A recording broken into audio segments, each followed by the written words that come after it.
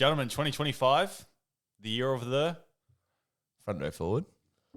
2026, the year of the second row forward. Oh my days. I don't think I've ever seen a better stock of second row talent ever. It's actually unheard of.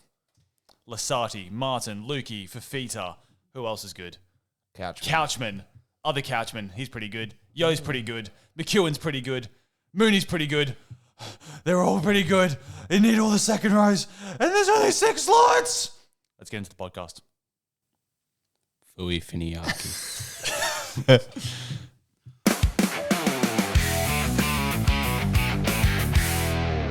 Welcome back to Loopholes and Lockouts, everybody. We finally said the show name, even though we've been running the show for 3 weeks. Dan, how are you going, mate? Couple of veins popping out of the forehead there. Oh, mate, I'm just too pumped about second row, mate. Yeah. I'm too pumped. Nah, fair enough, to be honest. I would be too. And Benno, mate, looks like you've had a massive night on the Wednesday. Yeah, just a bit of the allergies kicking off, but we're here. We're happy to go. Yeah, no worries. Yeah, that's what everyone says, but yeah, I'll believe you. Yeah, I'm your mate in that. Some can, some can't. All right. You would have been there with me, mate, if we did. So yeah, which I wasn't in bed by probably like 10, pre-10. Stop lying, mate. Still found a way to sleep through the alarm, eh? No, I know. Alarm went off, woke up, saw the screen, and no sound, you know. Classic trope. I'm sure the viewers know what I'm talking about there. But yeah, let's delve into the podcast. Beautiful. We've got obviously some TLT sort of stuff to back up at the start. We're introducing a new segment called Chopping Block and Cusp. Basically, guys that are in our teams that are not cells like personally yet, but could be in the developing weeks, and then obviously on the cusp of people we're going to look to bring in likely next week, or just people we're looking at pretty under the fine-tooth comb, I think they say. Sure. But then we'll move into Physio Files, obviously, panic buys and sells as per, and then we'll run through our trades and captains. So yeah, cool. Beautiful. All right, boys, let's whip through Teamlist Tuesday. Raiders versus the Dogs at, I believe it's at GIO Stadium. Only key changes of note here. Well, first of all, not a change, but Timiko's kept his spot on the bench. Sasangi's still named at centre. Hearing a little bit of whispers that could be a late change. So maybe keep your eye on that. It could be some implication for Noel Martin as well. For the Dogs, obviously, no one knows this news. I'm presenting it for the first time. But Bronson Jerry's dropped out of the side. I'm not sure if you guys knew that. Bit of a minor news story. And Inari Chihuahua's taken his spot in the centres. Anything more key from this game, gentlemen? Any talking points in general? I guess if Timoko does flip, as you touched on before, maybe an implication on Martin's minutes. And I can't believe a bloke who got given a chance by an NRL club has kicked up this much of a stink.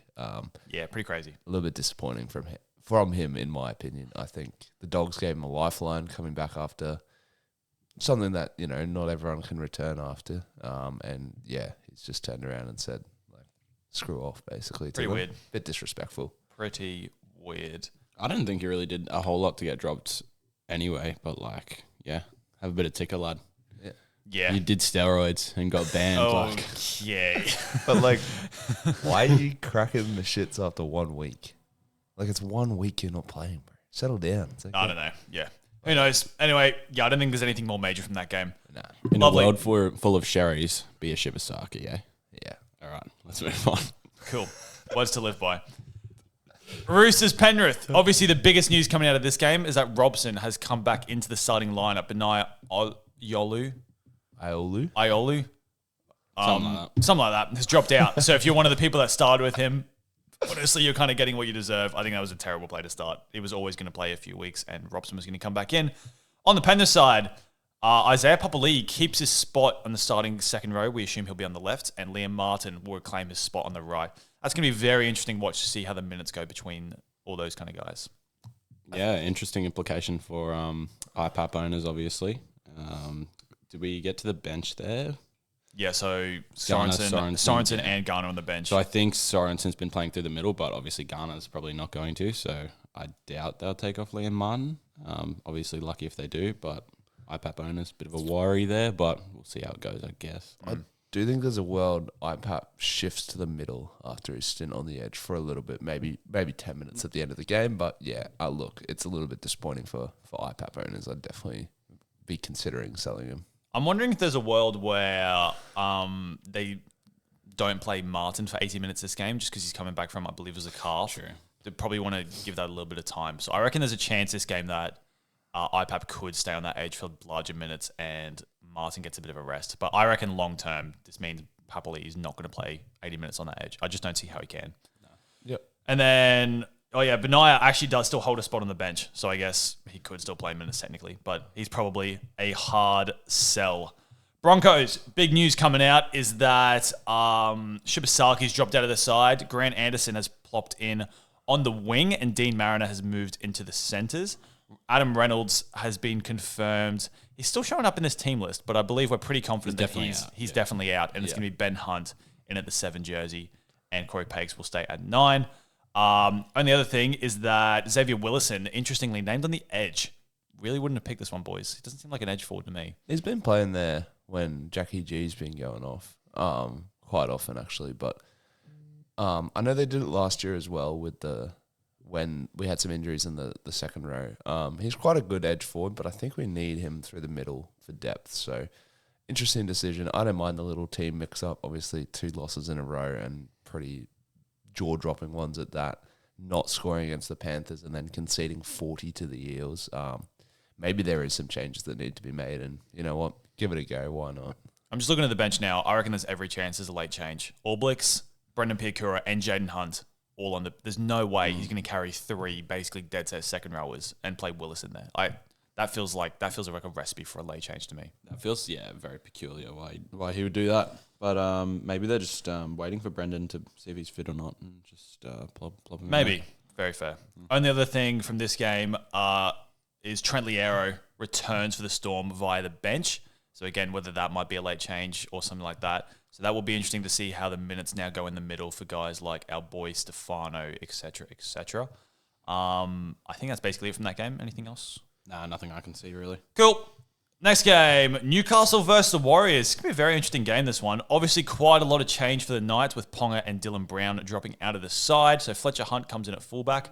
However, they're boosted by Fletcher Sharp coming in at 6 and Stan Smith taking the spot at 7.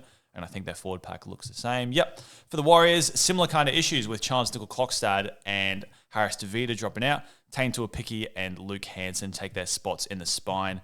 And I believe their forward pack looks the same. Halasima, big story, holds his spot on the left edge, boys. Yeah, look, and honestly, we said it from the start. If there's one injury in the second row stocks of the Warriors, he's going to start and be strong. Untested outside of New Zealand, the Warriors as a whole, and particularly Lecker, love scoring in New Zealand. So I'm happy to watch this week. I don't think you have to tear the house down to get him in. He's only going to be playing for 3 weeks as a starter unless he holds that spot anyway. So, yeah, look, it's interesting. I think it's a good watch this week, but yeah, probably not rushing too much to get him in. Yeah, I was really looking at him for after this week, so 3 weeks after this week, 4 in total, obviously, until Capo gets back, but it's just not enough for me. I really, as soon as he locked down or looked to have locked down that 80-minute roller, blinkers, alarm signs went off in my head, but it's not really feasible for a 4-week player, I don't think. Yeah. Just quick yay or nay. Fletcher Hunt, 74 points in 50 minutes last week. Fullback for looks like it's going to be a month and a half. I'm probably not a massive yay just because of my team position and doesn't really move the needle too much, but it's definitely not a no, so... I'm going to go with a no. I had him last year. Even when he was playing at fullback, the base stats are just not enough for me. He doesn't really look for the work. If he scores or assists, he's going to be great, but I think on top of the the changes to fullback with the new scoring system, I think he's not overpriced, but he's not going to go up much at all. I wouldn't be surprised if he only finishes about 400 or maybe 450 by the time Ponga gets back. So not tearing the house down to get him. Yeah, I personally think he's worth keeping an eye on, but yeah, I'd probably agree. I'm not going to move to him this week, certainly, but I'll be keeping an eye on him. Shout out to the lads at 140,000 who started with Fletcher Hunt over Fletcher Sharp because they thought that he was a different person. But yeah. Yeah, they've done well in the end. Sharks versus Dolphins at Ocean Protect Stadium for 2 finned creatures. Seems like destiny to me. I believe there's no changes here for either side. Thomas Flegler keeps his starting spot, although we are hearing he's got a rib injury. So I suspect he'll be limited to some extent, whether that's by minutes or just by what he's able to do on the field. Yeah, I think that's literally it, boys. Any thoughts? Maybe let's start with Flegler. Any thoughts on Flegler? I have some late news that he might potentially drop out. They might rest him for this game. So I definitely wouldn't put the reserve on him this week, just because there's the risk for dropout, and also I just think he'll play reduced minutes. Obviously, they managed 20-something the other week, like last weekend, that is. But they were quite protective of him, and I think they'll be quite protective of him again. So I don't think he'll play many minutes unless he needs to. I guess if there's an injury in the middle, maybe he punches out 40, 50 minutes, but I think otherwise you're probably looking at 30 from him. Cool. I believe that's all from that game. Bunnies versus the Tigers. Now, there are a couple changes in this game. Jamie Humphries rejoins the Rabbitohs and gets the starting 7 jersey. So I wonder what that's going to mean for Cody Walker. It could be good news, could be bad news. Tigers. So Taylor May's obviously going to be out for the next, I think I heard 4 weeks with a shoulder injury. Yep. Currently, Skelton's named at the centre. We all seem to suspect that Taru is going to move to the centre and Skelton out to the wing before kickoff. So that will be interesting to see. Otherwise, Tallis Duncan comes into the starting side for the first week of the season with Aiken pushing to the bench. I heard some speculation that this could be something to do with Cameron Murray, and now it could mean bigger minutes for him. I think more of the fact that they're happy to use an interchange maybe on Duncan to Ewan Aiken kind of things more often and leave Murray for longer minutes. So that could be an interesting watch. Any thoughts? Let's go Elliot, because you're the Cody Walker owner. Any thoughts on the new Souths halves pairing?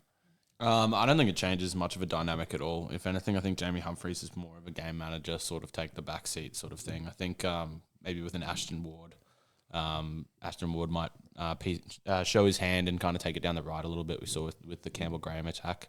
But with the Bud Sullivan last week, it kind of didn't really look like Bud did a lot. I think he got subbed off near the end anyway. But yeah, I think it's fine. I think it's Cody Walker's team, and I think that left edge is just going to dominate. So as it's looked a bit clunky, but I think that's only going to get better. So that's it for me. Cool. Anything else to touch on there, Ben? I guess my kind of different the opinion around that, but I just think Jamie Humphries will do all the all the kicking, like long range kicking, and it will just manage the middles a bit better, which could mean that Cody Walker gets more chances to run the ball and create plays on the left edge, but it does also mean he's going to be getting less touches on the ball. So I think there's a little bit of a dynamic. I think it'll work about even, but I don't think he gains a huge amount from Humphries other than the kicking game itself.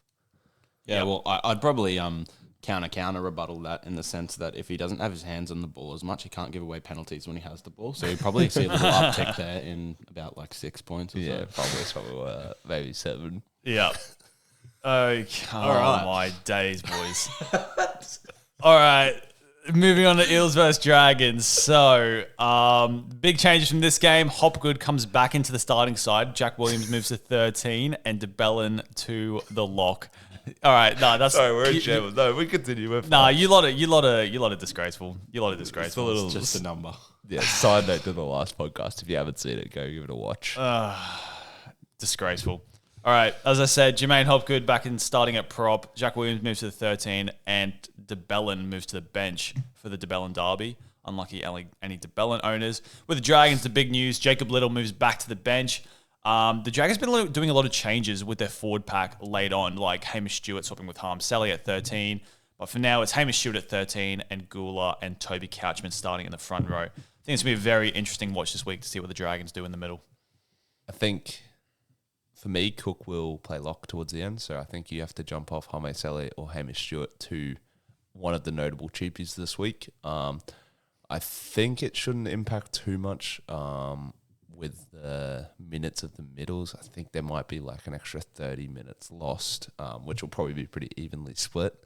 On the other side of the ball, though, interesting that they'd moved DeBellin to the edge. So that tells me that DeBellin will not be playing lock at all, but being subbed on as a pure front row forward, because Dylan Walker's obviously a notable ball-playing lock. I think that just means that he's just going to run the ball a lot. So if you have him, might not be the worst keep, but I think you'll definitely see his minutes go down a bit with Hopgood returning.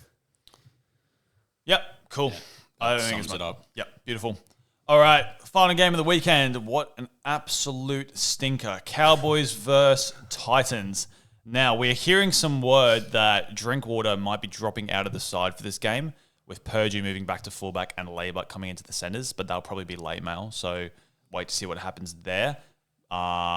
Other than that, I think we're looking pretty similar to last week on the Cowboys side. Yeah, obviously just good for Chester owners. Chester keeps his spot.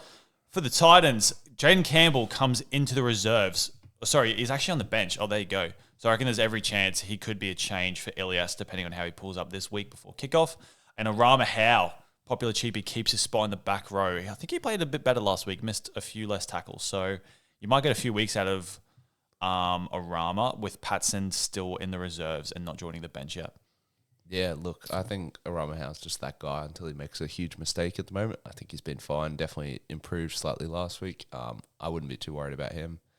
Yeah, I think the wording around Drinkwater is potentially rested, not dropped. The injury's not severe, but I think they realise that he's going to be performing at sort of maybe 4/5 or maybe at 2/3 of his potential with this injury. So maybe they're just giving him a couple of weeks. We saw what happened with Tino last year with a sternum/rib injury as well. I think, look, I think it's probably a good move to give him the week off. And if that's the case, then we won't really know the news on Chester until week 4, which is fine because we get a price rise, but we're not going to know if he's going to hold that spot or not until week 14 list. Yep. I think that's pretty much everything from that game as well. So that'd be team list done, gentlemen. All right, that moves us into our new segment, chopping block and cusp, lads. Let's just start at the top. Who have you got, DV, for your chopping block? Yeah. So just to reiterate, chopping block players we own in our teams that we're probably pretty close to selling, or we're thinking about selling at the very least. My first player, or do you want me to go both? Yeah, just get both at once. Both. My two guys on the chopping block, it pains me to say it because they're guys I was really hot on in the preseason. Toby Couchman and Jermaine McEwen. Hate to say it, but Cooper Johns told you so, mate. I mean, he also said Cody Walker would be good, and he got 30 last week. And he got 100 the first week. So, 30 last Where week. was You're Toby only as good as your last 100? game. Did Toby Couchman get 100? He did get 70-something in the first week. He was pretty good in that week. Yeah, golden point. Anyway. Well, I think they're both worth another look, though. I do still want to see how this Dragons forward rotation goes in the middle with Little there. Toby Couchman only played 34 minutes last week. I'm honestly going to be amazed if that continues. I don't see any reason they would be investing minutes into Josh Kerr, Blake Laurie, Harm Saleh. I don't see why any of those guys would be getting significant minutes in favour of Toby Couchman. So just want another week to have a look at it. I'm not silly. I'm not blind to the fact that he has not had a flying hot start to the season. So I'll sell him if I need to. And as I said, not short of second rowers to go to. Yeah. So I will do that if need be, but I just don't have to sell him this week. So I'm happy to have another look. And with McEwen, this one really hurts because he's actually got the role that I thought he would get. But just a couple little things are very annoying. Because, when I own these kind of guys, I'm laser focusing on the entire game. Every time they're taking carries out their end, he just goes to the wing. He only takes one every now and then. He's just staying out of the way of the ball. He had a couple errors on the weekend as well, which was tough to see. I want to give him another chance because, again, I don't have to sell him this week. And, with these guys, I'm not worried about him losing too much cash. Worst case, they go down 30, 40K each. We're making so much money. It's not the end of the world. So they both got another probably final chance this week, maybe extending to another week for McEwen. Pains me to say it, but they're both on the chopping block. Yeah. All right, I guess I'll move into mine. So Patrick Carrigan. Have you written scripts for yours? I have written scripts. Oh my days! I was on one last night up to midnight. I was just cooking up some other stuff. What a stuff. prepared man! Little script. I'm not going to read it because I know what I'm saying, but so Patrick Carrigan, the first one, 52 in the first week, playing 66 minutes, and then 83 with a try assist on the weekend, which is awesome. But he's still operating below his average if you take those two games, operating below his break even, I should say. So still needs 65 this week. And look, the try assists are going to come thick and far between for a lock. I think he's not quite playing that role that I thought he was. I predicted him playing 80 every week. I didn't think they'd use their bench as much as they have. I just think he's running the ball slightly less. He's not playing the minutes. I think for me, he's eventually got to go. He's doing fine for now. He's not going to lose money, I don't think. But yeah, if a cheapie is operating between 50 and 70, like most of them are, and Carrigan's doing the same, I don't think I need him. Yeah, very valid. And then on the other side, Reid Marnie, another poor showing on the weekend. 41 in 56 minutes, got subbed off. whether that's to do with the Cowboys getting absolutely pizzled by the Tigers, or whether that's more of a maybe they're not quite sold on him yet. I'm not sure. No attacking returns in the first 2 weeks for someone who is pretty reliant on that to get towards those bigger scores. A little bit disappointed. He's not running the ball as much as I'd want. And I think there's better option. There's obviously the Cheese coming back to consider, or you can get a plug-and-play hooker. Cook's obviously been doing really well. You get a Brayley. Like, they're not going to go up any money, but they're just going to get their average every week, basically. And you can just stick the reserve man on them every week. Yeah, cool. Guess onto mine. On the chopping block for me is the Phlegmeister General. Obviously heard through NRL physio and whatnot that these forwards picking up these rib cartilage or rib injuries have a significant decrease in output. Obviously, we saw that with Drinkwater playing fullback. How will it be sort of forefront rowers there with Flegler will be either determined. But yeah, Ben also brought up a point pre-show. We saw exactly this sort of a thing with the sternum injury to Tino last year, and his output went down heaps. So it's probably a bit of a worry. Even if he retains that starting position, his minutes will probably be well decreased, and his output will probably be also well decreased. So for me, he's definitely on the chopping block. We've also heard that he could be that late out this week. If he is, I'll probably switch my trades. But obviously, you'll find out what they are later in the show. The other one on the chopping block for me is Selwyn Cobbo. Thought he might pick up at least a try in the first 2 games. Probably a little bit of a panic sort of, not really panic, but, just like selling him a little bit too early. He's going to explode at some point this year. But if I can probably turn him into like someone else. Like Herbie? Like Herbie, potentially. No. If I could sell, maybe. But yeah, obviously, for those of you who don't know the context, I tried to give Herbie a little fade early this year to kind of balance out with Cobbo. Sort of, hopefully, if Herbie was going to pick up some more assists, maybe Cobbo would be on the end of that, and hopefully I could.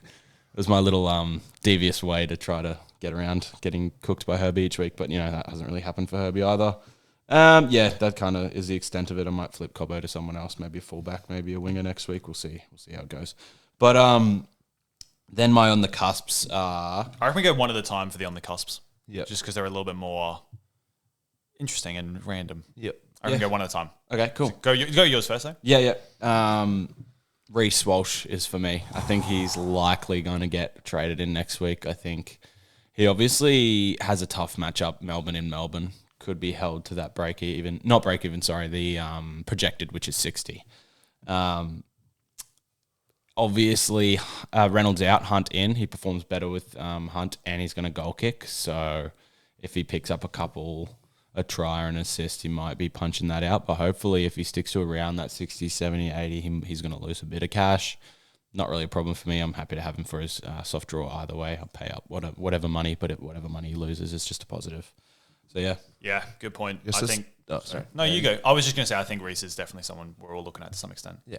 I think if we look at the Drinkwater thing as well, similarly with a rib, he's not goal kicking. So even when he's back in the side, I think something similar could happen with Reynolds. Obviously, they try to decrease the workload on players when they're coming back from an injury like that just because of the risk of re-injury. And I think Reece could hold the goal kicking for another couple of weeks easily. So, yeah, definitely a strong someone to look at. Yeah. All right. My first on the cusp player, Jerome Luai. Now, I was very impressed by what I saw from the Tigers last week. I liked everything about him, especially Luai.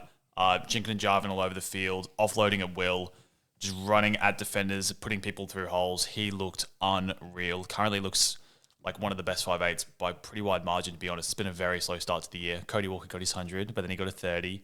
Fletcher Sharp got injured. I haven't been looking at Munster's numbers too closely. I can't imagine it's been anything too special. He banged out an 80 in that para game and then nothing crazy last week. Yeah. So but pretty solid. Solid, but like I'm looking for someone with a little bit of go about him, and I reckon Luai could be that guy. I think he's under 500k, so I could go down to him from Purdue if I wanted to. He's definitely a watch this week though, because I do as well think Luai is the kind of guy who could like get like a 20 rocks on a random week. Yeah. So we'll definitely see how he goes, but I've definitely got my eye on him this week. I think he could be a real goer in my team. Cool. Yeah, I'm like that point. I'm definitely in favour of having a watch on him. Yeah. Moving into my on the cusp of a buy, someone myself and Elliot don't actually own at the moment, Herbie Farnworth. Really strong showing on the weekend with no major attacking return. I think he got 78 in the 78. game. Yeah, which is really strong considering he didn't score or assist. Had some things he might not usually get. He had a bunch of offloads that he's not going to get every week. He had a forced dropout, which he's not going to get every week. But even if you take those out, it was still a very strong showing from him. Look, I'm not going to, probably not thinking next week, but probably the week after. Round 5 against Manly seems like the matchup to bring him in. And even though he has the bye the following week, I think that's absolutely fine by me. You need him for that Manly game. I was more than happy to fade him, and to be honest, I've kind of been proved right. Even if he scores 100 this week, he's not going to go up any money, and I'm not upset about not having him. So, yeah, definitely someone I was watching from the start of the season, but I just didn't really have the room for or the need for at the start. Now I sort of understand where the money needs to go into second row, so obviously you're going to gain a bunch of cash by dropping players down. Now I have that cash to get Herbie. So, yeah, look, very happy to bring him in shortly. But, yeah, he's that guy for the Dolphins pretty much. Like, he is the main point of their attack. Him and Katoa are just doing everything, basically. So, yeah. Yeah. I think you guys have got lucky fading Herbie in the fact that he's looked so good. And, like, just the fact that he didn't fall over the line against the Titans means he'd be high. He'd be even more expensive otherwise. But yeah, you'll still have to pay a bit for him because he's probably going to hold his price. But yeah, I definitely agree with you. I think you need Herbie. He looked way too good. I think 5 offloads, but I tell you what, it looked like he offloaded every single time he touched the ball. Every time he just gets the contact, swivels out, and chucks out the back. So yeah, I think Herbie's going to be massive again this year. Yeah, just a genuine captain option each week as well. Yeah. Just goes without saying, and just, yeah. Especially that Manly game, running against Garrick. Yeah. But then you've got... No, that was when's his bye in like 2. It is rounds? it is the next game. next So game. they go Manly and then bye, which it's not great. It's not great, but it's fine. You just have to hold him through that. Yeah. He's a season holder, so Yeah. Yeah. But, yeah, moving on to your second cusp of a buy. Yeah, so that is Fletcher Sharp, none other than. So he's on the cusp. He's there on the radar for me. I think anyone going to him this week is making a bit too much of a punchy play. Coming back from that PCL, we saw what it did to Walsh last year. From what I've heard, I'm no physio, by the way, but from what I've heard from the glorious broadcast channel from NRL Fizz, the PCL injury isn't a high-ish re-injury risk, but it is a decently high re-aggravation risk, meaning it's quite painful, but you're not really going to do that much more damage to it. So it can limit the output for outside backs in agility-wise, obviously in their creation and try-scoring ability, running, anything. So if that does look to limit him a bit, I'm probably it's not going to be a good buy this week, but that's why you just kind of wait for it 1 week to see how he kind of looks, how he's moving, and then decide whether to jump on from Cody Walker or Purdue. But as you already said, with yours, Strom Luai's in the just waiting around there. So you've got lots of options, but definitely a strong punchy option to go straight up to Fletcher Sharp next week and just, see how he goes. Because you know the caliber of player he is. He knocked up 60 points in 20 or 30 minutes in Vegas. Just an absolute beast. Can I add a slight point to that as well? Go for it. Obviously, there's a little bit of overlap between the Dylan Brown injury and the Ponga injury. So I'm hearing Dylan Brown 4 weeks, Ponga 6 weeks. That probably gives you 2 solid weeks of Fletcher Sharp at fullback. And he tonned up both of those games last year. So I don't know where else they'll put him because they'll have 3 halves and no fullback. they could just keep Fletcher Hunt at fullback. And where's he going to play off the bench? Who? Fletcher Sharp? Yeah. Drop Sandon Smith. Maybe. I tell you what, Sandon Smith is a much better player than Fletcher Hunt. But I feel like if you don't want to do too much rejigging in your spine. I feel like if Fletcher Sharp's your 6, you just keep him at 6. I think it'll depend on how good Fletcher Hunt's going. I agree. Obviously. I agree. You don't think he will be, so maybe he will drop back to fullback. But I honestly wouldn't be surprised either way. I'm probably relatively impartial with that. This just feels like the issue we've always talked about with the Titans in terms of as soon as someone goes down in the spine, you rejig 3 pieces to fit everyone in. It just feels like just play everyone in the same spot. So I don't know what Holbrook would do, in fairness.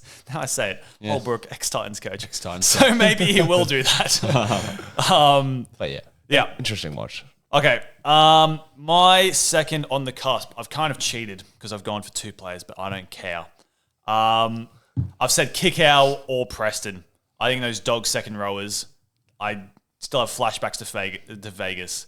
When it's actually a good point. We haven't watched the Dogs play in like 3 weeks. Yeah. That kind of messed up. I know. Yeah. Anyway, Kickout and Preston looked unbelievable in Vegas. I remember Preston got that try and his base numbers were elite. And I remember Kickout was just tackle busting and offloading literally every single time he touched the 2 ball. line breaks as well. Just Whatever it was impressive players, absolutely disgusting. So, as I said, year of the second rower. They come at a premium, but as we've all said, not short on cash.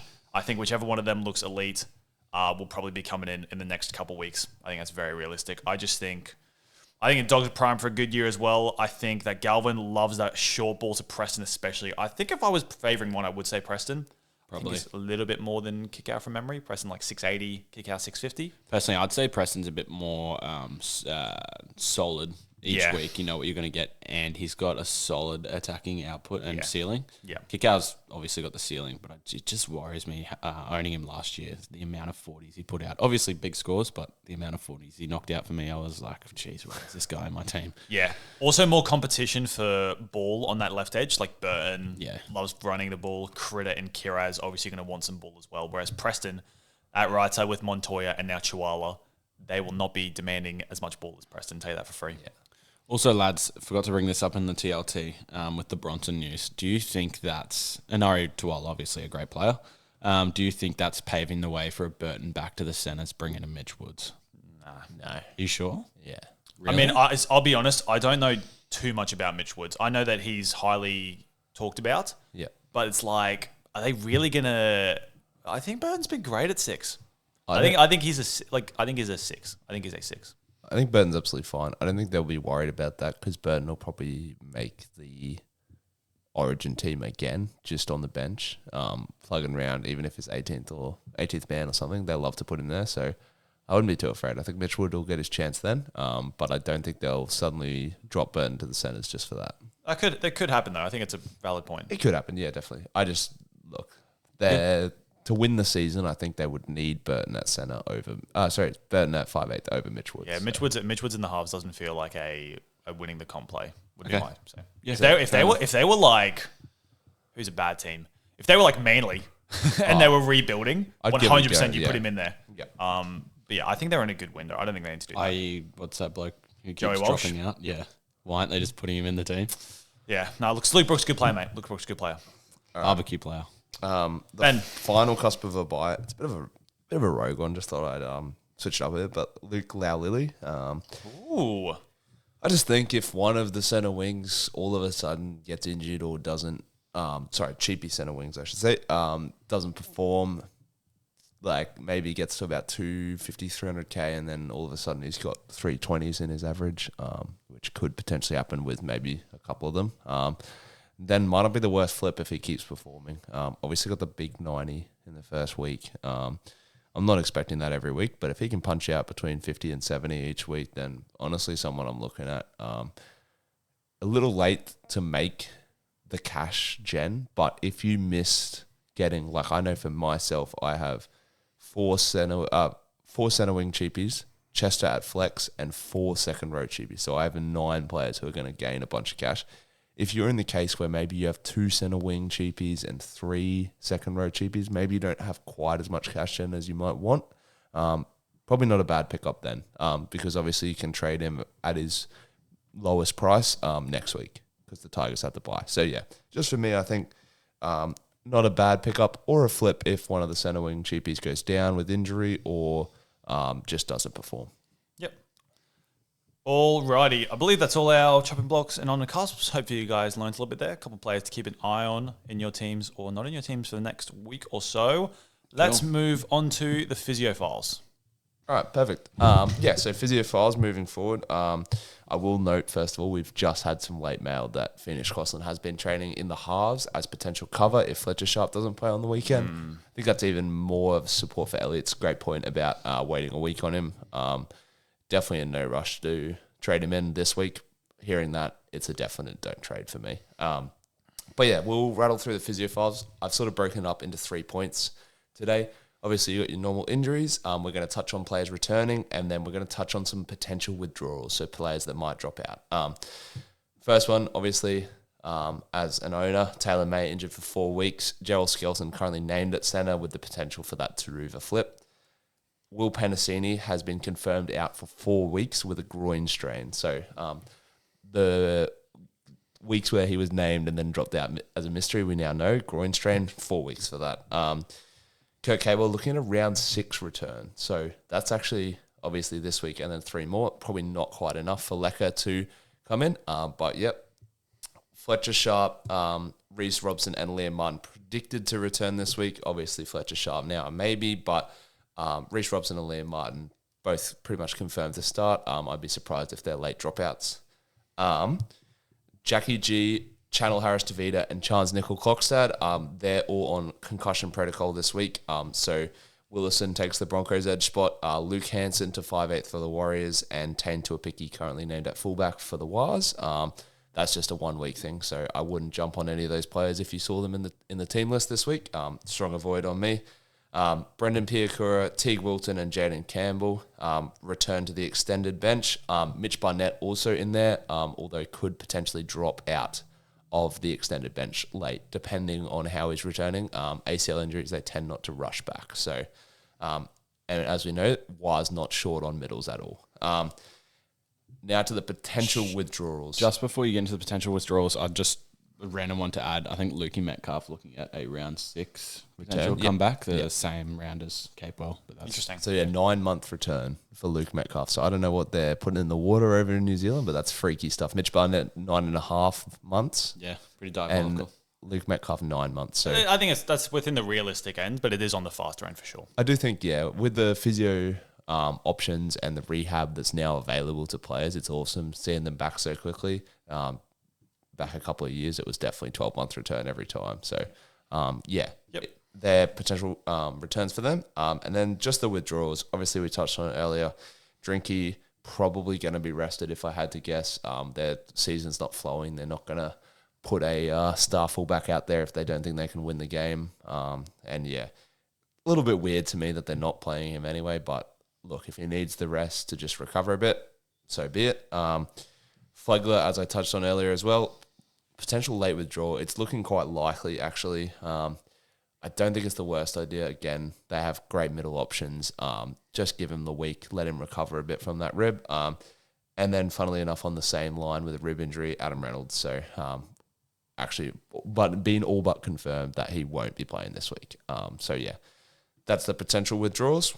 Other than that, there's no major people that I would rush trading in this week based on the injury news. The only one that I was even considering was Sam Rani, just because he's going to get 4 weeks at that Eels centre. But when I say considering, I thought about it for 1 second and said, nah, probably not, and then moved on. Probably no important news. A little bit unlucky for Ben and Iulu owners that Reece Robson has come back so quick, but just sit him at your hooker 2 for the next couple of weeks. He's probably not going to play at all, and then flip him to the cheese. You'll be fine. Beautiful. Physio Files done and dusted for another week. Thank you very much, Ben. Now we're going to move into our panic buys and our panic sells. I'm not going to describe it again because you should already know. My first panic buy we'll start with of the week. I'm going to talk about Nathan Cleary. Now, Nathan Cleary has been a hot topic for discussion in the Supercoach community this week. Lots of people really high on him, and if you've owned him and you've captained him last week especially, great, that's awesome. However, he's performing at his price. I went with the rogue tactic of double cheapy halfback, which I'm honestly fairly happy with how it's gone. I think it's been not too bad. I think they'll both make between 150 and 200K if I just sell them at the right point. So currently, in saying that though, Cleary does look very good. I'm still going to have him at a 6. I think I could definitely look at doing it in the next couple of weeks. Not this week, but in the next couple of weeks, he's looking very good. Ideally, if he could have just one bad week in there, maybe if this week against the Roosters, Maybe not. maybe this week against the Roosters just gets a little 50 or a 40 or something like that, just so we can narrow down to a 700K mark, and then you just pounce on him. But even if he stays at a premium, I'll pay for him when the time's right. I'm pretty sure, did we say Penrith's draw softens at the round 7? From round 7 onwards, yeah. So that's when at the very worst, you pounce on him, but I'd be happy to go earlier too. Yep. Cool. I all but agree with that. Well, you own him, so you would. Yeah. Yeah. But I think he is someone people need to consider, especially there's certain players that maybe aren't performing. So if you started with like Dylan Brown, who's now injured, or maybe even if you have Nico, you're considering it. JC also back this week, so someone else to consider in the halfback world. But yeah, I think Cleary's showing that he is that guy. 40 in base, has a 40-20 every second game, it feels, and a couple of forced dropouts. Like he's pushing 60 each week with that alone. Yep. And then anything from there is obviously a bonus. Yep. I just want to quickly get this man's take, a Sam Walker owner. Yeah. So yeah, I was just gonna. That's basically what I was gonna bring up. But I would say, if you want to bring him in at flex, I don't think a lot of like CTWs / maybe fullbacks are really performing at that price that well. If you want to know what you're gonna get, Cleary's a fantastic player. I know I was quite strong on fading him off the back of his draw to start the season, but obviously you have to acknowledge that he's pretty draw proof at this point. We've gotten that those results in the first 2 weeks. However, in terms of a Sam Walker trade out for Cleary, and I think you're absolutely out of your mind wasting a trade this week. Make of that what you will. But I Sam Walker's draw is amazing after this week. I think he's got obviously Penrith this week. I think he has a soft opponent next week, and then bye, and then he just goes bang, bang, bang, bang. Sorry. We'll just quickly pull that up. I think we went over it last podcast app, but we'll just read So they go Manly next week into a bye, which isn't ideal, and then Sharks, and then Newcastle, St George, Dragons, Titans, Cowboys. So looking pretty hot. It's fun. Yeah. Because what you were talking about, where you get Cleary at flex, I'm probably going to do with Sam Walker. So I'm probably looking to bring Sam Walker in the next couple of weeks. Yeah, I think if I had Sam Walker, I wouldn't be in a rush to sell him. No, not at all. Cleary does. His output often decreases slightly against weaker teams, which is funny to say, but there's less reliant on him to be that guy. The left edge just goes to work when they're versing someone who has poor defensive issues. Yep. I wouldn't rush. Beautiful. Definitely, if you want to zig where others zag, Sam Walker is a strong option with the draw. But you know who else is a strong option with the draw? James Tedesco. Yes. Just a rogue plug to put in there. I think a lot of people flock to Walsh if he performs badly this week, or even if he performs well because of the draw. People are smart enough to know that. But Teddy, I think he's going to fly under the radar, and I think his draw just looks great with Sam Walker. So either of those guys. Obviously, if you want a bit more solidness, you're going to pay up for James Tedesco, but Sam Walker, great option as well there. Yep. All right. Who's next? Yeah, I'll jump in. Panic buy, Leka Halasima. If you had have asked me on Monday, I probably would have put it at a 5 or a 6, something a bit higher. I've currently put it at 2. Quite low, I know, but I think there's just not enough time before Cable gets back to get the best out of him. Obviously untested outside New Zealand. And look, the Warriors have been flying. Like, they have scored a ridiculous amount of points. If there's a game where they don't, the attacking output of all the Warriors is just going to go down. The points are so split every week. There's no one getting, like Leka with the 100, there's no one getting 150 to 160 with that many points scored. So he's absolutely fine. I just think there's cheapies who are just as good. I wouldn't be in a rush. He's not going to gain much money either. Yeah, I'd agree. I think it's a really good test for the Warriors this week. Newcastle, who've been pretty good in Newcastle. I'd agree. I think they could take their foot off the gas. I think, as we said as well, Capewell's going to be back sooner or later, so it's probably a short-term thing with Halasima. Unless he impresses so much that he just takes maybe Laban's spot. But I think there's definitely gambles to it. I can understand why you're low on the scale. Yeah. I'm probably not quite with you on a 2. I'd probably put him at like a 4. But I was definitely way harder on him earlier in the week. I was almost penciling him in to bring him in next week, as you do with Supercoach, changing trades 3 weeks out, whatever. But no, I think he's this is what we've always said about like as soon as he gets that 80-minute role, he's gonna be a buy. Yeah. But like if I wasn't gonna get him in this week, you only get 3 weeks with him at 80 minutes, and then you have absolutely no idea what that Laban situation is gonna look like. It's just not smart at the end of the day. I think that's a big blood to the head sort of decision there. Yep. But yeah, that's it. Right, moves me into my buy, I suppose. And I've gone with none other than Cooper Cronk reincarnate, Tanner Boyd. So Obviously, I think he was like the fourth most traded in player this week. Oh, that's players you don't own. Players I don't own. Okay, anyway, he's around there. He's up there. He's up there. He's up there, Top 10 lads. for sure. What is the percentage? You can see the percentage there. Can see the percentage. Traded in 3.1%, 7,000 trades. That is quite a lot. So it's a fair bit. People jumping on Tanner Boyd. I've heard around the ground there's a couple of people looking to make maybe even a 1 or 2 week play with Tanner Boyd. I think that is the silliest thing I've ever heard. Probably wouldn't look to do that at all. If you've got Sam Walker, I don't know who these people have that would be downgrading to Tanner Boyd, or if you're going up to cheapy to Tanner Boyd, that just screams silliness to me. I've heard maybe going to in your flex to Tanner Boyd and then using that cash to get Cleary next week.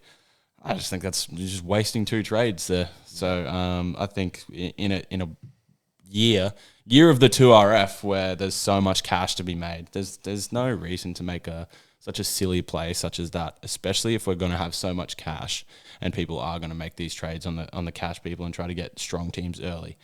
You want to be holding trades through Origin, you want to be holding boosts through Origin, and you definitely want to have trades in the last 2 or 3 rounds at least. Yeah, I think you just want to make aggressive plays at the end of this season and Give us a number. Going to Can we have a number?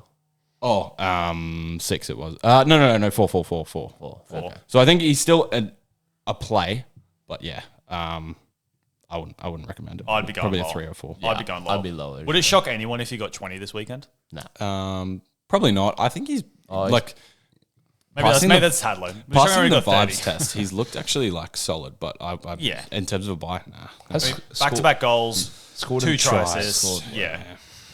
I kind of agree with your mentality though. Of I don't understand who you trade him to, like who you're going from to Tanner Boyd. Like that doesn't. I Make don't know sense. who it would be. Well- you wouldn't do Sanders or Atkinson. No.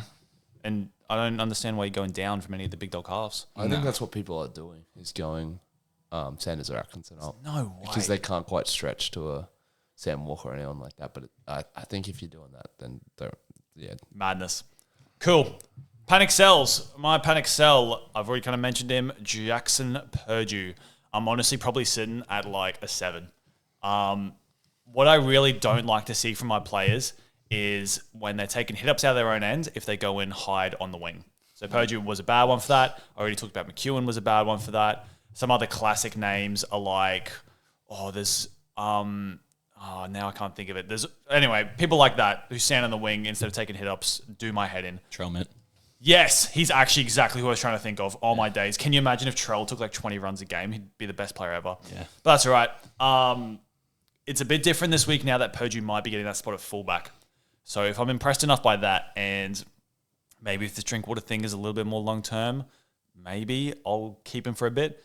But if Purdue gets probably like anything sub 40, he'll be hitting the road. So I'd probably hit. Did I already say a number?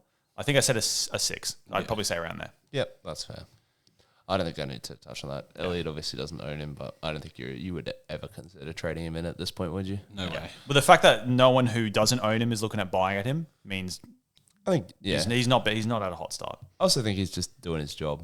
I don't think you need to get off him in a rush, but if he starts performing under what he already is performing, he's pretty much performing at his break even from what I understand. Look, I wouldn't be in a rush to trade him out if you have other priorities, but I also don't think he's a strong trade in.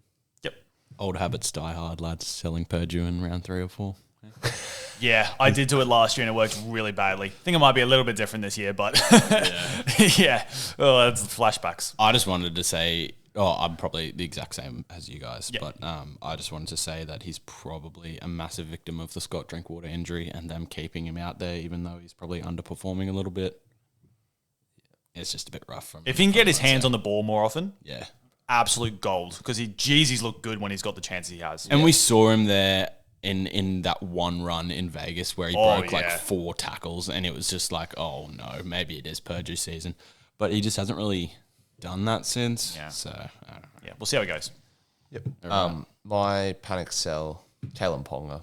I have it written as a 9, but now that I think about it, it's just a 10. You just got to get off him. 6 weeks is not enough time. Like, you cannot hold him for 6 weeks. Nah. So many options at fullback. If you've already got Sewell and Kenny, honestly, I'd be trying to stretch up to Reece Walsh for this week. I don't think it's outrageous.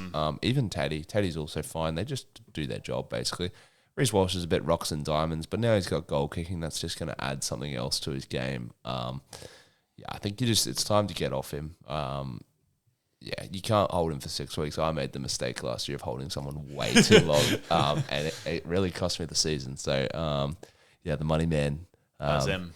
But yes, I think you just got to get off him this week. I don't think there's any arguments from down the line or from viewers. Like, you will agree. Can't believe you only said a 9. It's 10, mate. Yeah, well, I didn't want to give a first 10 of the season, but I think it is the first 10 of the season. So, yeah. Yeah. Awesome. That brings me to mine, eh? All right. None other than the Penrith lock Isaiah Yo. Or as... Nah, cut that. All right, Isaiah Yo. I would put him as a 6 on the panic sell rating. I think he's a strong sell, but in a week where I know a lot of people have a lot of other fires to fix up, i.e. bring in Sewer, which obviously is not a 2RF. Obviously, you do bring in Martin. Sewer's not a 2RF, is he? Depending which one. So, of the far longer variety, it is not a 2RF as it currently stands. But yeah, obviously you can go to Martin or Lasardi. Rauchman or Lasardi. Obviously options there, but I know a lot of other people have different fires to put out. Like, for example, you couldn't trade Yo this week, could you? Oh, no. Yeah, exactly. But I probably will look to. Be getting rid of Yo. But yeah, I obviously a bit of late mail with Flegler being potentially traded out or not playing or definitely a 6 for me. Yeah. What do you guys think? I think I know exactly what's going through your head. I'm pretty happy to hold him, to be honest. Yeah, I think if you don't have another clear sell, you just sell him because we all thought he was going to come into the season, the new stat system, he was going to be the main leader of it in a way. Really hasn't worked out that way. 62 and a 63 when he's priced at a 60. Like, it's just the minutes, right? He's not going to make cash. He's not an elite upside option. He's not even going like massive base like a Keon or something like that. So if you don't have anyone else to sell, you can sell him. Yeah, and that's the only reason he's really a 6. I think if there was just like nothing really to get rid of this week, he'd probably be a little bit higher. But like, you can keep him. Obviously, he's not going to leak cash. Nah, and the Cogger, I think we obviously got that late information that Cogger is going to be continued to be used in that 13 role. You don't really want that. I think we thought Yo would be a bit more of a tackle bot, a bit more of an uptick in the new scoring system. And obviously, without playing 80, there's just not really a reason to hold him when other people are doing the same thing for a lower price. So that's that. Yep. I agree. Right, guys. That is our panic buys and sells for the week done. Moving into our trades and our skipper plans. Anyone want to start? I'm happy to start. Okay, go on then. As quite often, there's still some contention. Oh, my days. It's not a bad thing. I just got to weigh up between Carrigan and Yo, which one I'd sell. But either way, one of them's going. At this stage, it's Yo, but it could be Carrigan depending on sort of how I think that team list will work. But for me, it's pretty simple. It's Yo or Carrigan. Flegler, I should say, and Taylor May to Sewer at fullback, so I can make it so Taylor May. I had a centre wing at flex, so Chester things. It wasn't even Chester; it was actually Latrell. But either way, I can sort of work it all out. But Sewer in for Taylor May, Martin in for Yo/Carrigan, and then Lasardi in for Flegler. I can move Ramahau up. So, look. Pretty much just chasing cash this weekend. I don't think Sewer's a long-term play, but you can't ignore how much he's going to go up. I think Martin and Lasardi are good as long as they're just continuing to play, basically, and playing minutes. So, yeah, it's pretty simple for me. And then I've just whacked the captain on Cleary. He proved to me last week that is a strong option. Even if you take out his try, 80, he didn't do anything else other than, like, just kick and make tackles. So 80 40 in base, then obviously he's kicking and he's tackle busting here and there. Strong play for me. And I'm whacking the captain. I can't VC loop this week because I don't have a Manly player. But just in case Cleary obviously gets ruled out or whatever, I have put the VC on Haas to let you know. Yeah, I think we're all in that same boat of we are unable to loop this week. I think, yes. Cool. My moves. Okay, let's start with the boring stuff. I've gone Flegler, and I had enough Ethan Roberts in there. I've gone them to Noah Martin and Lasati. I am still worried about Lasati with this Sean Bloor news. I think there's every chance he drops out. But the doomsday scenario for me is Lasati plays 2 weeks. He makes probably like 150 to 200K, and then I sell him if I have to. So it feels like not much to go wrong there. And I think if he does keep his spot, oh my days, he's going to be so unreal. So it's worth the risk. Now, as everyone knows, Sua Falonga is a must.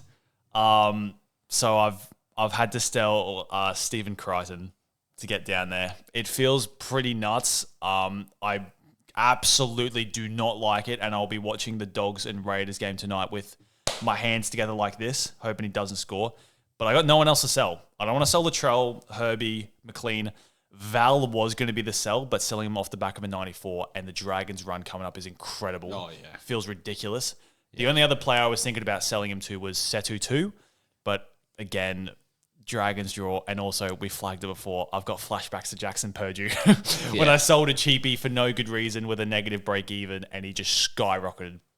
So I've landed on Critter. Ultimately, I can make peace of it by the fact that I use like some price predictor tools. If Critter gets 4 90s for the next 4 weeks, he'll gain 150K, which that's good. But that's like doomsday scenario. That's doomsday. So anything less than that, and I'll probably be okay with it. I don't think he's a season keeper. So I can cop it.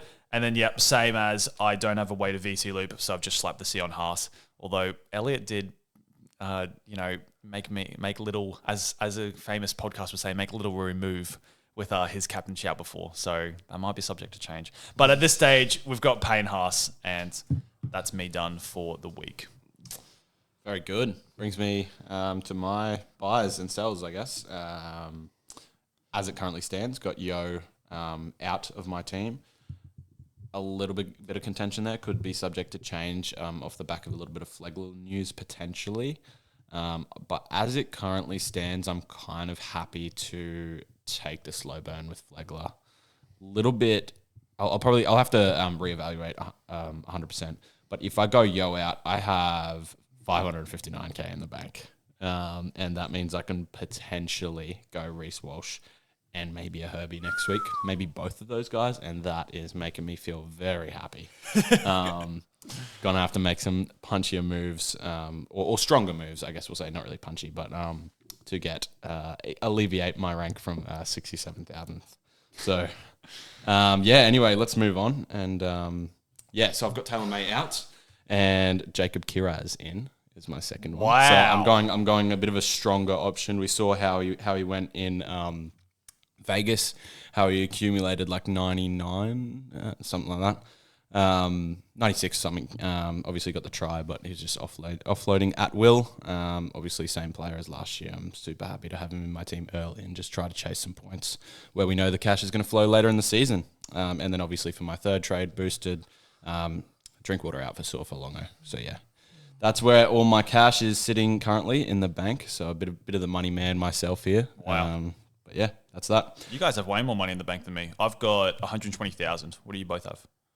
Well, 559K. Yeah. But I got 640. Yeah, So mad. I got even more Madness. money. what are you looking to do next week? Yeah, probably honestly be Herbie and Reece. Like that's what I've been looking at. But it could even be Madness. Herbie and Val, and then the following week Teddy. Oh, It's Herbie the- and Val. Jeez, that'd be good, wouldn't it? It Imagine pro- if you had Herbie and Val in your team. Oh. I don't know. We'll see. I was definitely Well, you know what I'd not be doing? Selling Stephen Crichton because you don't want to take 490s against you. So Well, I mean, again, that's doomsday. That's doomsday, lad. nah, just to touch on the consensus team as well. That was obviously a bit of lighthearted fun. I'm not actually saying Crichton's a bad sell. He's not going to reinvent the wheel, so he's fine to sell. Bloody hell, let's hope so. If he gets 490s, I'm going to come in here like dressed for a funeral or something like that. Clip this up. full suit. Right. For the consensus team, pretty easy this week. We obviously had Shibasaki, who needs to go. Yep. So he's going to be going to a cheapie of some sort. We currently don't own Chester or Luke Lau-Lily. So one of those two will probably be the trade. Also looking potentially at Warbrick. He's got a little bit more money, but we would really need Melbourne to keep scoring a lot of points for him to continue those big scores. I'll be honest, I'm not overly worried about that. Yeah, me neither. Well, we also need the ball to get to the wing and not just stop at sewer. So that's the other issue. Yes. But yeah, so that's what we're sort of looking. We haven't decided quite yet. That'll be some more discussion. Check out our Insta, obviously, for final trades. But then pretty simple other than that. Flegler and we had Cooper Bye in our team. They're both going to go to the same double GP we've always talked about, Lasardi and Martin. Yeah. We obviously have a Rama Howe, we have Trey Mooney, so one of those two will flick up to front row for Flegler, and then obviously the two GPs come in at second row. But yeah. No need to bring in Sewer. We've already got him. And probably why we continue to score well on that, even though Shibasaki has banged out 220s. So yeah, that's actually outrageous. Did Shibasaki drop out twice? Was he our lowest scoring player twice? Likely. I think that's every chance. yeah. That is disgraceful. We didn't have Taylor May, did we? No. No. So yeah, he would have dropped out twice. That is so mental. Oh my days. Yeah. Comes at a premium as well. So Yeah. Well, this is the beauty of the 3 rounds before the price change. You can dump him before. He would have lost so much money. What's his break even? It's like almost 200. It must be close. I reckon it's 150. Oh no, here we go. Dinosaur Ben doesn't know how to find break even to save his life. literally quicker that way. 158. Yeah, that's pretty bad. Guess what they've put his chance of getting his break even as? 2%. 0%. Oh, cool. Wow. That confident. Who are we captaining on that team as well, sorry? I imagine we can't loop. Yeah, we can't. So we're just going to captain Haas. So I think we were looking at captaining Haas. Did you say who you're captaining this week? No. I was just trying to circle back. Because sorry, mate. I've gotten cut off. Lads. Sorry, mate. Sorry, mate. All good. I don't have a loop option, so basically just go and see on Latrell. I'm going to be running at either Taruva or Skelton.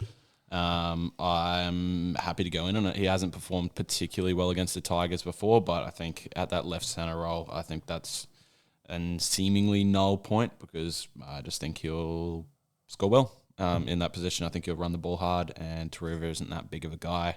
Skelton's will probably be a little bit all over the place in the centres.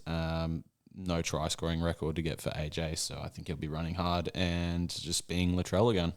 Yeah, Latrell has me thinking.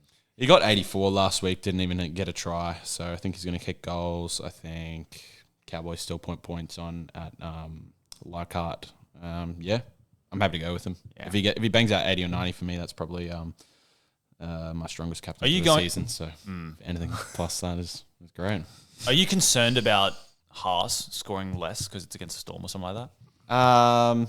I just think you get 100 with a try. Right? I'm not really I'm not really concerned. Yeah, 100 with a try. It's not really moving the needle for me. I know it's a safe option, but I'd rather look for I had the C on Harry Grant. I can't lie before, but then I kind of looked at it and he was like, he got a try and an assist in maybe both games. I think that was so. Yeah. Because I do like the Latrell option. To be honest, it feels exciting, but I'm also like, if Haas is just going to get like 80, I'd hope he could probably get 80. Is it worth risking Latrell going 120 for the fact that he could maybe get like a 50 or a 60 or something like that? So I'll think about that during the week. Jeez, it's a bad week to not have a loop option. During the week as in this afternoon. Yeah. I know, Broncos don't play till tomorrow. I got 24 hours to think about it. Yeah, cool. Yeah, so just quickly, we'll move on to our tips of the week. For this week, we've obviously got back to 8 games this week, so a bit to get through. We'll just quickly list what team we think will win and what margin for our tip and comp. So the first game, Raiders-Bulldogs, Dan? I'm going to go Dogs 1-12. Nice. I'm going to go Dogs 1-12 as well. I'm going to go Bulldogs 13+. plus.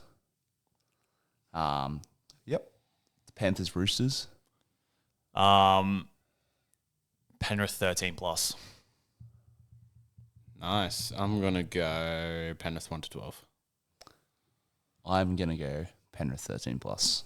Yeah, right. Storm Broncos, Dan? Oh, jeez. No, we put up a fight. Storm 1-12. Broncos 1-12. Absolute blasphemy. Sorry, boys. We put up no fight. Storm 13+. plus. You guys. Next game, Knights Warriors. Yeah, tough one, I'll go Waz 1-12. Cool. I'll go Waz 1-12 as well. I'm going to go Knights 1-12. Fair. Sharks Dolphins. Oh, Sharks 13+. Dolphins are rubbish. Sharks 13+. plus. I'm going to go Dolphins 1-12. Oh, okay. Rabbitohs Tigers. I'm going to go shock result. I'm going to go Tigers 13 plus. Rabbits 1-12. Tigers 1-12. Eels Dragons. Dragons have got to win eventually. Dragons 1-12. I'm gonna say Eels 1-12. I'm going to go Eels 13 plus. They looked good last week. Yeah, right. And final game, poostling over the round, Cowboys Titans. Titans 13 plus. Cowboys 13 plus. Oh, wow. Yeah, Titans 1-12. Bang. Lovely. Again, you'll be able to see these tips all on our Instagram, and you'll be able to see the running total for how we've been going for the season as well. I think that's us done today, gentlemen. Yeah. Hopefully you guys, as always, learned something from our podcast. Obviously, we were talking actually while we've got you here for the last couple of minutes about doing a potential team fix-up for a couple of viewers next week. So if any of you guys are interested in something like that, you're not quite sold on what you do next week, you've made your trades for this week and you just want us to have a look, anything like that, just chuck your team, DM. like private message us on Instagram with the DM, and then we'll obviously just get on board and fix your team. We'll also find out a way to put everyone in without you having to give us your login details. Don't fear about that. We'll just create a new account and do it that way. But yeah, we'd be more than happy to suggest you some trades, and we'll obviously send you some photos back of a couple of options you could do with your players. And we'll present it on the podcast Yeah, as well. absolutely. It'll be on the podcast. We'll give you a shout out, and you can just talk us through how you're currently going in the season. Love it. Yeah. Well, yeah. Beautiful, gentlemen. That's us for the week. See you all next week. Thanks for joining us. May your arrows be green. Indeed. May my arrows be green, please.